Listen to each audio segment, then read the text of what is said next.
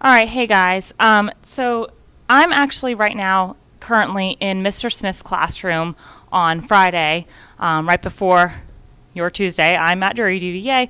I'm in Mr. Smith's classroom right now recording this video so that you can learn this information without me being there, yay. So, and this is during the lunch block, so if there's a bell that rings, it's not your bell, and so just bear with me, new technology, and if you see Mr. Smith, say thank you to him for setting me up with this awesome technology. All right, this is not the page I want to be on. I meant to be set up on the right one. All right, so I want to go back to this. This is in your in-class problem. No, sorry, this is in your guided notes, page 5.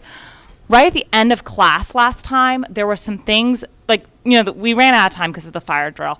There were some things I wanted to talk about the different scenarios to help you with titrations.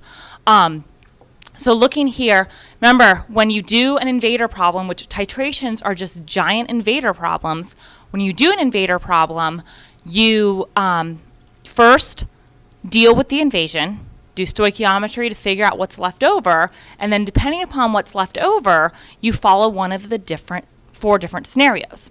Well, when it is a titration, scenario 2 is always going to be before your titration starts.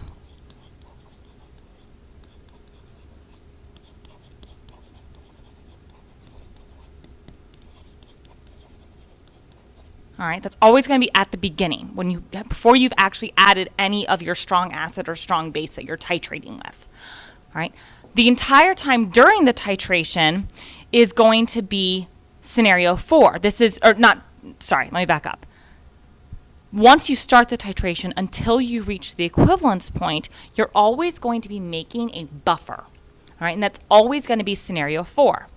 So this is from the start until the equivalence point. All right. Scenario 3 is at the equivalence point. Because remember, at the equivalence point, all of the, if you're doing a weak acid titration with a strong base like the last one we did, number 13, all of the weak acid was neutralized by that strong base, and all that was left over was the salt. And then you do salt hydrolysis, it's your favorite stuff. All right? And then the other, scenario 1 is at any point past the equivalence point. Oops, that's not how you write that. Past the equivalence point. Okay? So just to help you when you're doing it, your homework that you have, no, the homework that is due today, which I'll check on Thursday when I return, 6B, if you needed help with it, the first 2 problems, they were very, very long. They were titrations. Use this page to help you figure out what to do. All right?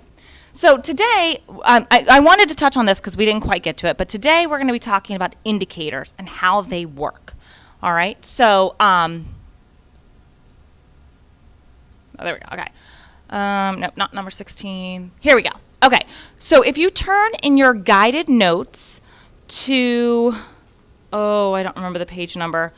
It's in your guided notes. It says like types of titrations. I think it's like page 8 if I remember from earlier today during first block, but I don't quite remember. I'm stalling right now to give yourself enough time to turn in your guided notes to the correct page, and hopefully by now you have found it. All right, so if you're looking at your guided notes, everything I'm going to be talking about is in there. We're going to add some things to it, and then we'll do one of the example problems from your in-class problems. All right, so you should be on the page that says types of titration curves or something along those lines. This is the second one that's on there. This is the titration of a weak acid with a strong base. This was the second set of calculations we did last class. All right. Notice how the curve, or the equivalence point, is at a pH above 7. All right. So for a weak acid strong base titration, the pH at equivalence point will always be greater than 7. It won't necessarily be 9 like we have here. This one was just the example given or the graph given, but it will be above 7 because you're adding a strong base to a weak acid. So that equivalence point is always going to be at a higher pH. All right. Before class ended, I very briefly drew the curve, but notice how we had a more of a gradual rise through here, and then there's the sharp rise, and then we move on. So this section here, I labeled it last class, but I didn't really have a chance to talk about it. This is called the buffering region.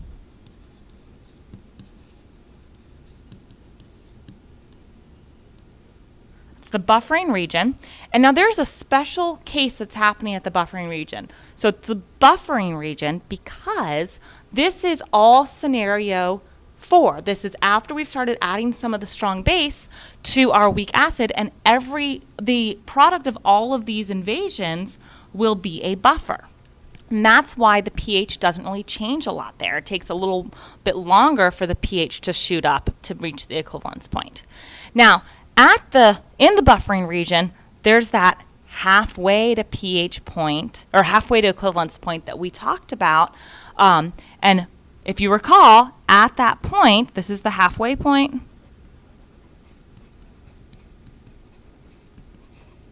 At that point, the concentration of the weak acid and the conjugate base are equal, and that makes the pH equal the pKa. All right. So that's a weak acid, strong base titration curve. We drew this one already, the strong acid, strong base titration curve.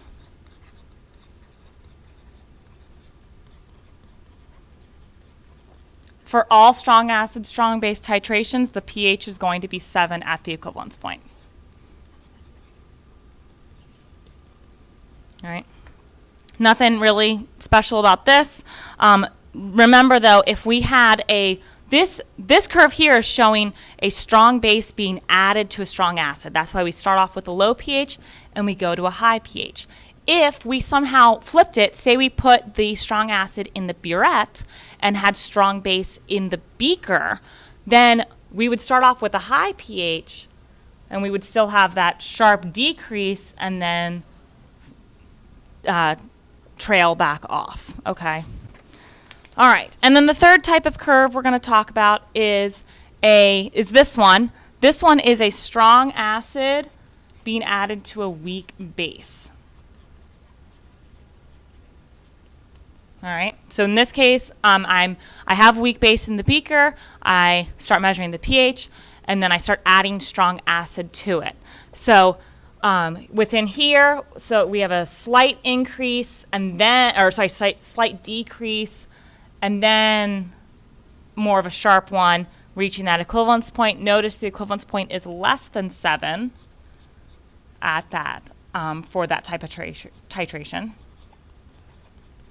Okay, and just like with our weak acid and strong base titration, we have this section here, which is the buffering region.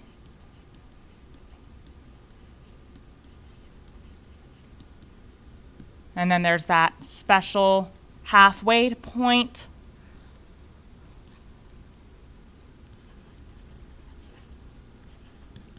Where pH equals pKa.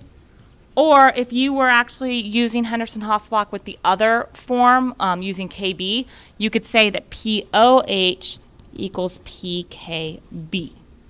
All right, so all those different things, really cool. All right, so now let's talk about indicators. Okay, indicators. And if you have any questions on any of this stuff, please write them down and then ask me on Thursday when you're doing your lab, which I need mental note to myself, and hopefully I don't forget, I need to talk about your lab at the end of this video because I want to clarify some things for you. All right, so indicators. Indicators. Indicators are usually weak acids, all right? This diagram here is I don't know the name of this one, but it's some indicator, okay? We're giving it the formula HIN, but that's just a general formula. That's not the actual formula of this indicator. We're just saying it's indicator. Just like HA we use for like a general weak acid, HIN is a general indicator. This indicator itself actually has 3 acidic hydrogens, which means it would have 3 different color change points. We're going to talk about the math for one of those color change points, okay? And you don't need to memorize like any of the indicators or anything like that. If you're ever given a problem, you would be given like the color change points. You'll see what I'm talking about. So the color change, we're going to prove this with math, that the color change occurs at pKa plus or minus 1. Now, pK is of the indicator, because if indicators are usually weak acids, then there is a Ka value associated with it. All right? So we're going to prove using bromothiamyl blue and math and Henderson-Hasselbalch or David Hasselhoff equation what the at what pH will we actually detect the color change of the indicator. Because that's what indicators do. They change color depending upon the pH of the solution that they are in. Right? You've used phenolphthalein before. You love and hate it. It's a love-hate relationship, right? You love it because it's pretty and stuff like that, but you always get that bright fuchsia color because you're always overshooting that endpoint. But yeah, so there's many, many different types of indicators, and they all do different colors.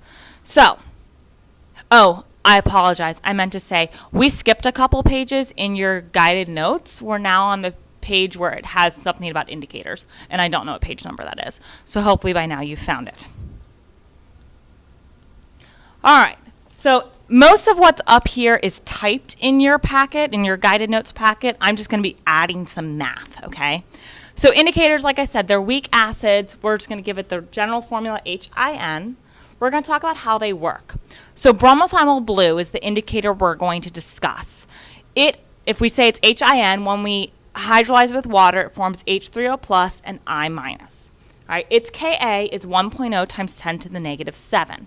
So it will have an endpoint of a pH of 7, because pKa is 7, negative log of 1 times 10 to the negative 7 is 7. Okay. HIN is yellow when it's in an acid solution and blue when it's in basic. So that means, bromothiamyl blue. That means when the pH is low, that means this substance, HIN, is going to be in majority concentration, and that's yellow.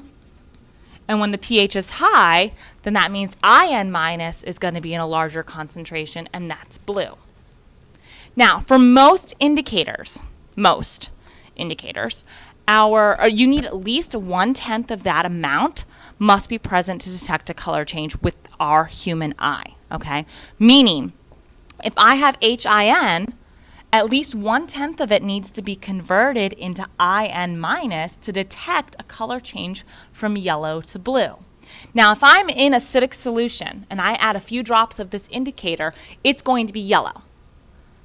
But then once I start titrating it with base, once I've converted 1/10 of it, I'm going to start seeing some blue show up.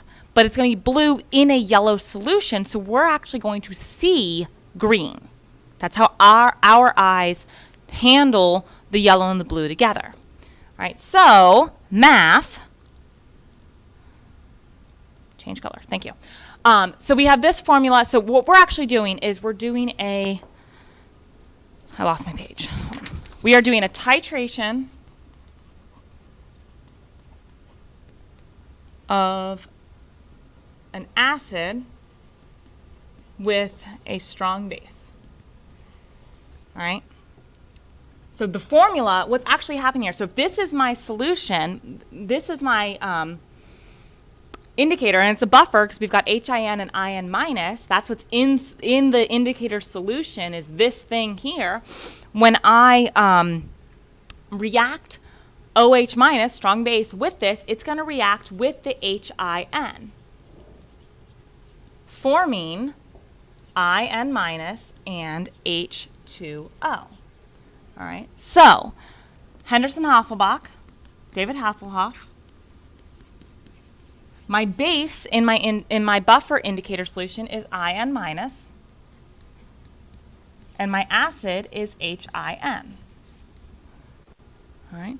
So if pH equals pKa, pKa is negative log of 1.0 times 10 to the negative 7.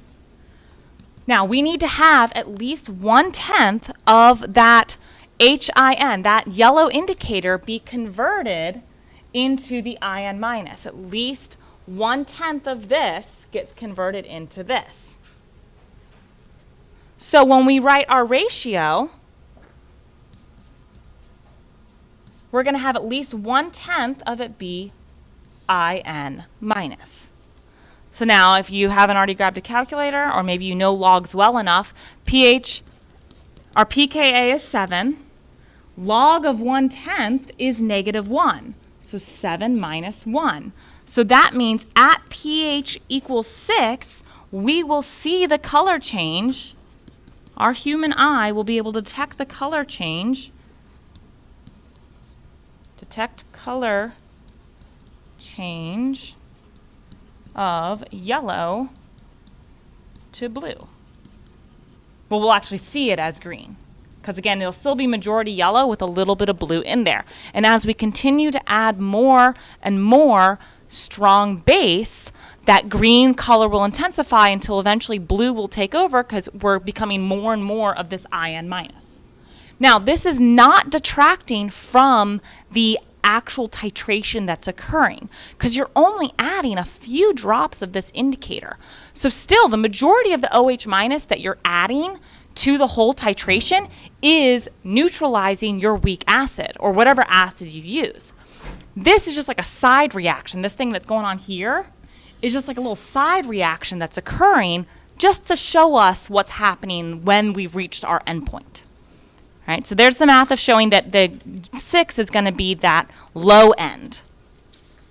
Now I'm going to show you the math for the high end. Right. So if we wanted to do a titration of a base with strong acid. All right, so our reaction here, so remember, indicator solutions are buffers. So the IN minus in that buffer is going to react with the H plus from the strong acid, reforming HIN. Again, remember, this is a side reaction that's occurring. So IN minus is blue, HIN is yellow. So pH equals pKa plus log of IN minus over HIN. All right, pKa didn't change from last time. It's negative log of 1.0 times 10 to the negative 7. But now this time, so we're starting with IN minus, and we are being converted into HIN, and we need at least 1/10 of that present to detect the color change. So when we do our ratio here, it's going to be 10/1. So the pH will actually detect the color change at pH of 7 + 1 or 8. And there's the bell that you can ignore. All right, so log of 10 is 1, so we're going to detect the color change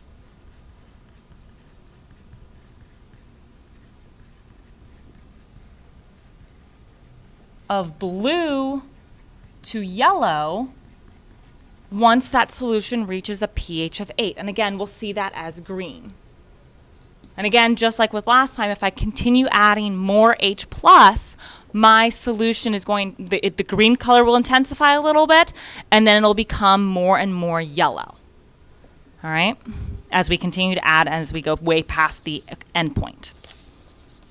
Okay. All right, so what does this mean? Well, the fact that the color change doesn't occur at just one pH point, it's a range of pHs that we will actually see the color change. So in your guided notes, you have this chart. Unfortunately, yours is not colorful. But if you look here, there's a couple indicators. These are all different indicators.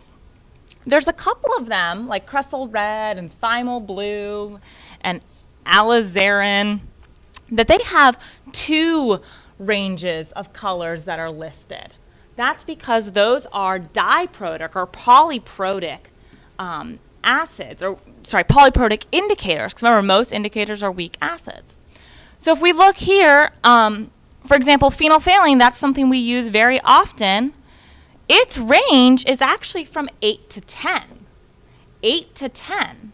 Well, we normally use phenolphthalein for strong acid, strong base titrations because that is at a pH of 7. Well, wait, that doesn't make any sense.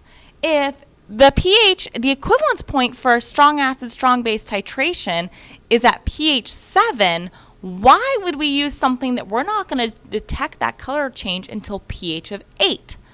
Well, the main reason is due to budget and type of solution. Phenolphthalein is one of the less toxic indicators that we have on this list. Some of them are too toxic. We're not allowed to have them in school. And also, it's pretty cheap. So that's why we say go for that really, really faint pink, because we know you're already kind of overshooting that endpoint to begin with. All right. So, and so you just have to you have to know when you're doing your titration where your endpoint's going to be, and so that you can choose the most appropriate indicator. All right, so now I want you to turn in your in-class problems to number 11, which is not an indicator problem. We'll do some practice problems using indicators later. But I want you to turn back to number 11, which is before all the titrations we did. And while I'm here, I'm going to talk about the lab for a moment. So you, as part of the instructions, you should have, actually, you've been randomly assigned a buffer with the target pH. You either have buffer 1, 2, or 3. Right?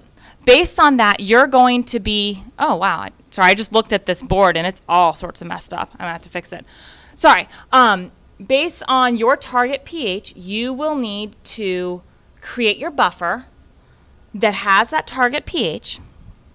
I'm going to have stations set up. I'm going to have burettes set up, one with each type of weak acid. You know, if you're looking at your lab handout, the left-hand side has all the acids. And then there's also the sodium hydroxide and hydrochloric acid.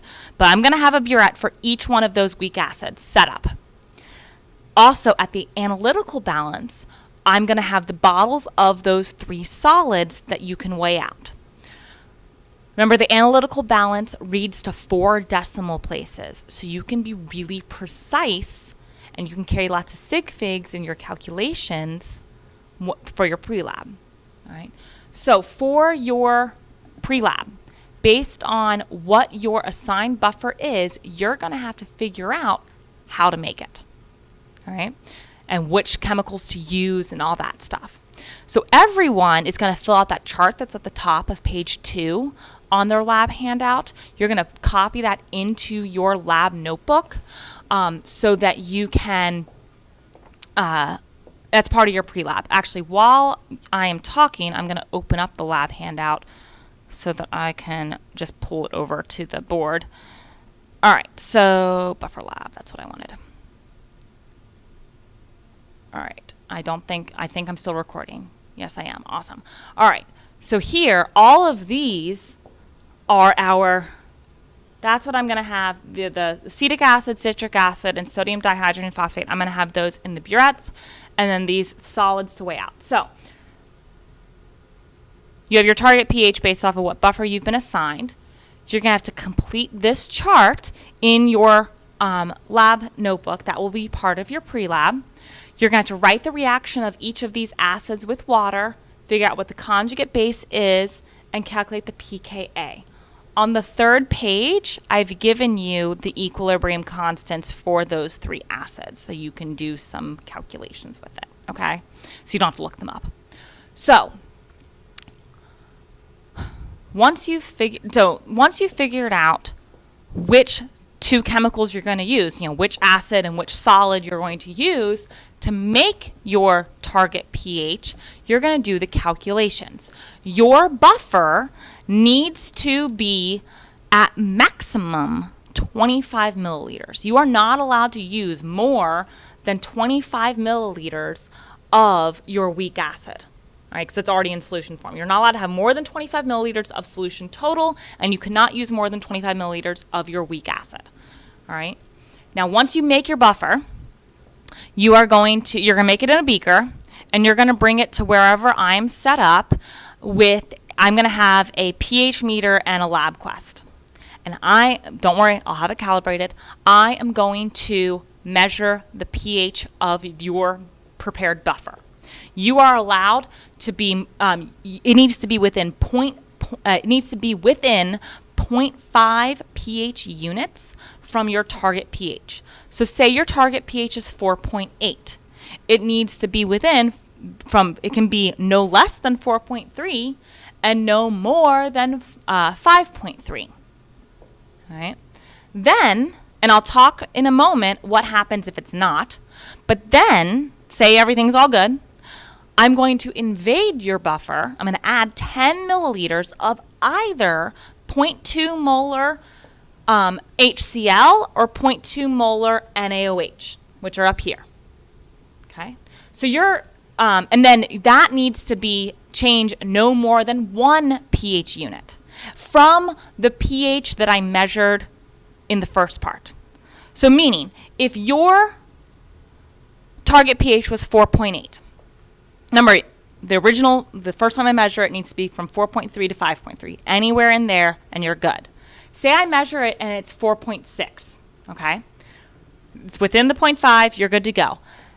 Once I invade it, it needs to change no more than 1 pH unit from the 4.6, not necessarily the target pH. I go with what you have, not what you should have had, okay?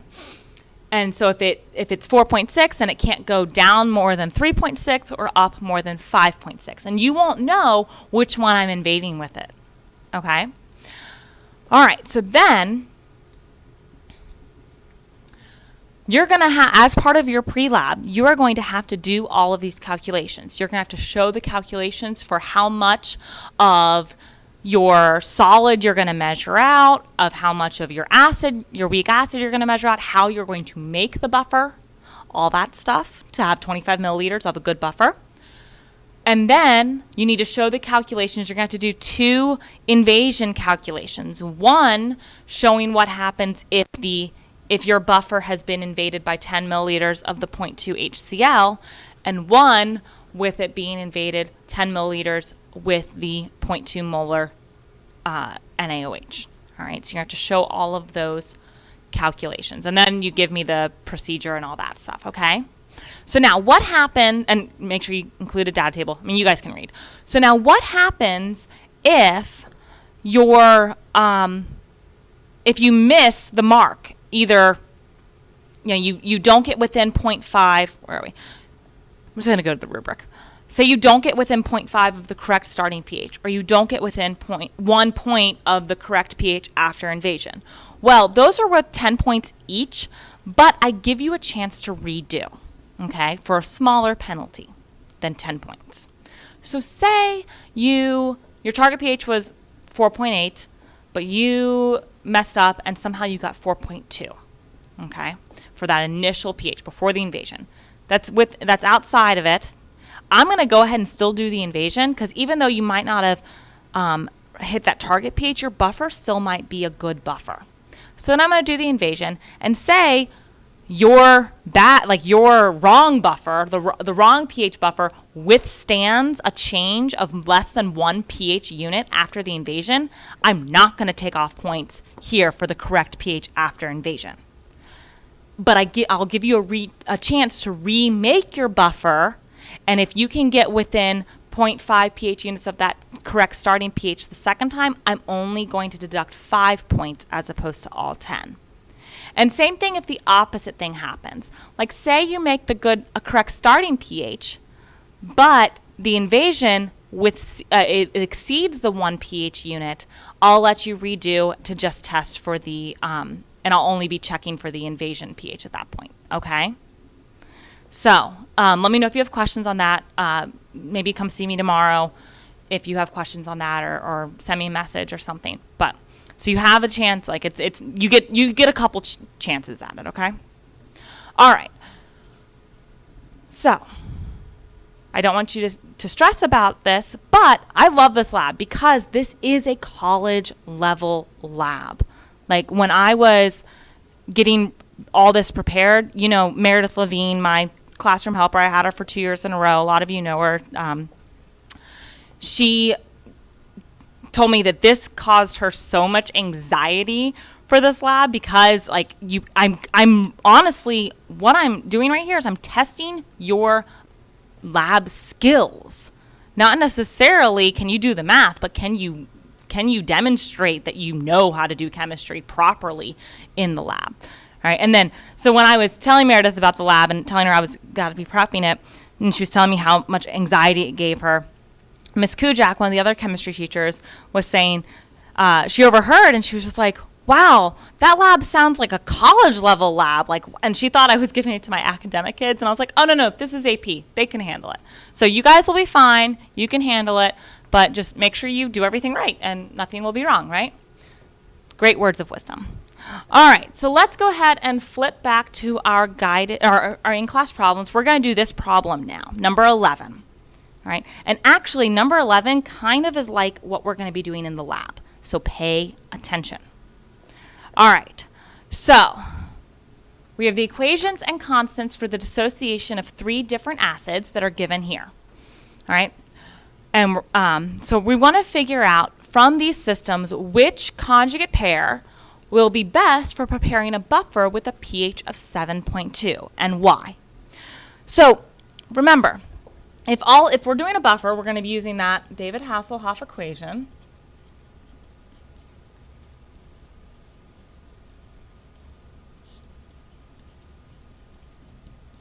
So in that David Hasselhoff equation, an important key characteristic, key factor, is pKa.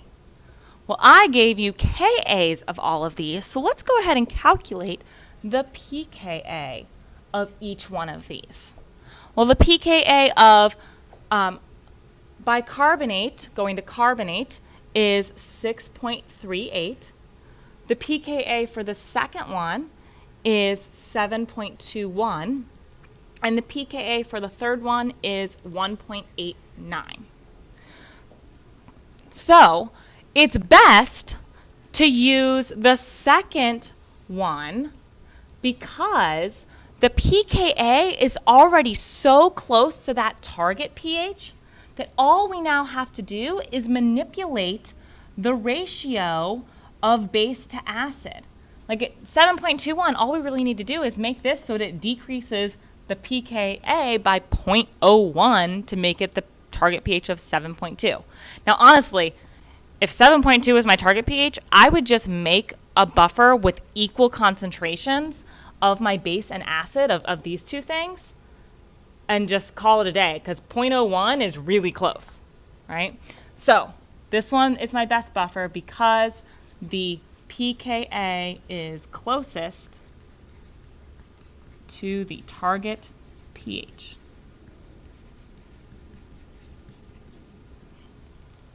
All right, my next one, explain briefly how I would prepare a buffer solution described in A with the conjugate pair I've chosen. Well, like I said, I would measure out equal amounts,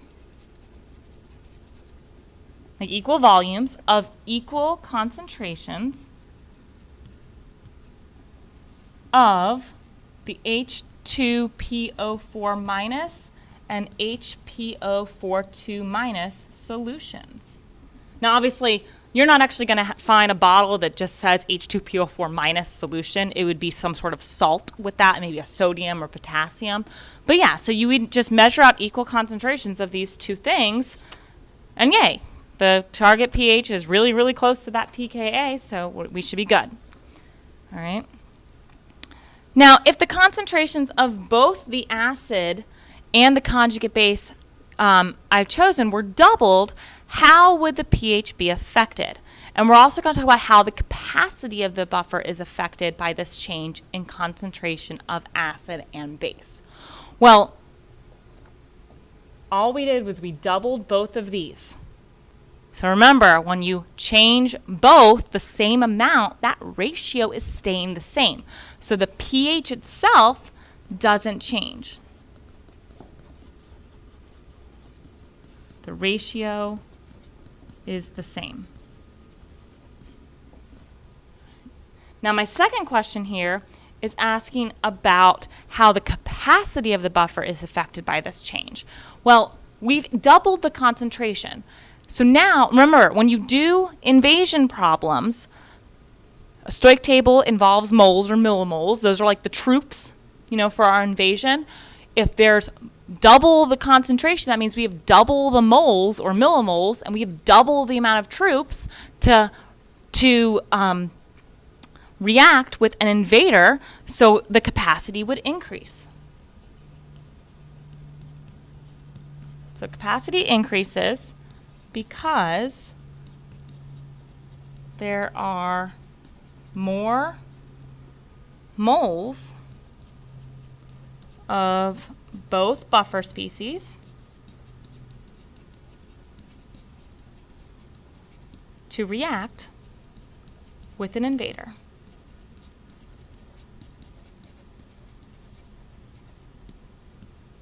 Okay. All right, and then the last one is explain briefly how you would prepare a buffer solution in A if you had available the solid salt of the only one member of the conjugate pair. There's a typo there. Basically, what if we only had solid like sodium Na2HPO4 or solid NaH2PO4? Like we only had the solid of one of them. All right, what if we only had one of them? And then either a strong acid or strong base. So this is like, for example, say we only had solid Na2HPO4. And then we also had HCl and NaOH solutions. How could we make a buffer? This should sound familiar because this is what you did in the Ka of weak acids lab.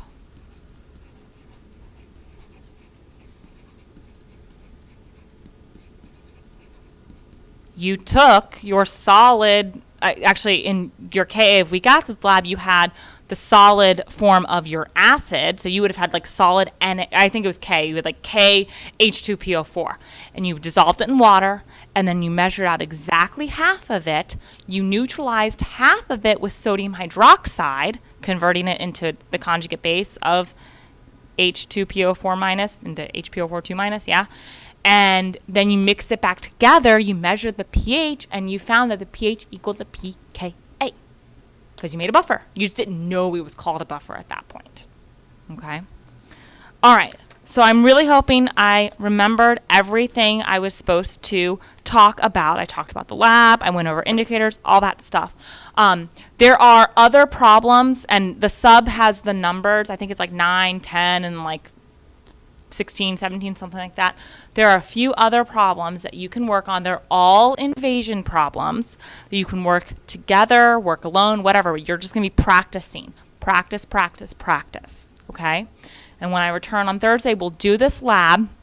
The lab, if you don't have to redo anything, the lab won't take very long. Because actually making the buffer and then measuring the pHs doesn't take long. It's if you have to redo things that it could potentially take a larger portion of the block. But whatever time we have left, we'll do some more practice problems. All right? So, yep, and I will see you on Thursday. Bye.